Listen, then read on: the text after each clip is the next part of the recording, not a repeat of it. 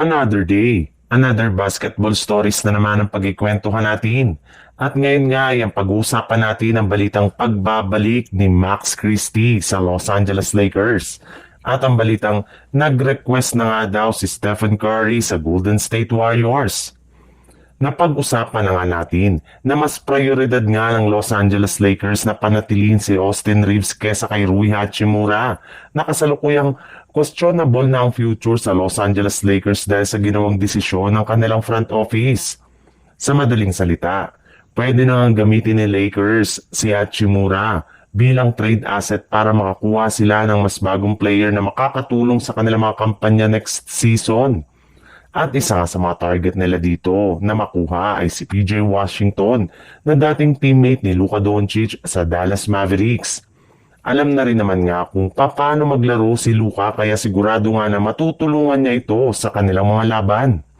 Bukod rin nga sa kanyang dalawa, ay maaari rin naman ngang magdagdag dito ng iba pang mga players ang Lakers at Dallas katulad na lang na inilabas na trade proposal kung saan makukuha nga daw ng Dallas Mavericks si Rui Hachimura, Dalton Kenick, isang first round pick at isang second round pick, habang ang Lakers ay masusungkit dito sina PJ Washington at Max Christie.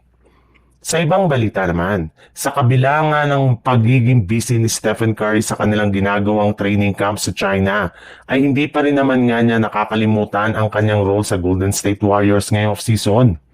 Sa katunayan, isa nga sa mga nagbibigay ng opinyon sa mga ginagawang desisyon ng kanilang front office pagdating sa free agency at trade market.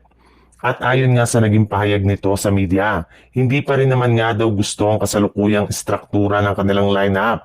Kung gusto nga daw talaga ng Golden State Warriors na maging competitive sa Western Conference, ay kailangan nila na makabuo ng lineup na maitutulong na championship contender. Sa madaling salita, mukhang pinapahiwatig at pinapaalam nito sa front office ng Golden State Warriors na kailangan pa rin talaga nila na kumuha ng mga bago at magagaling na player na siyang magpapa-improve ng kanilang lineup. Well, matagal-tagal naman nga na magsimula ang bagong season ng NBA kaya makakagawa pa rin naman nga sila kahit papano ng move o trade sa mga susunod na linggo na siyang ikakalakas ng kanilang lineup at ikatutuwa ng kanilang superstar na si Stephen Curry.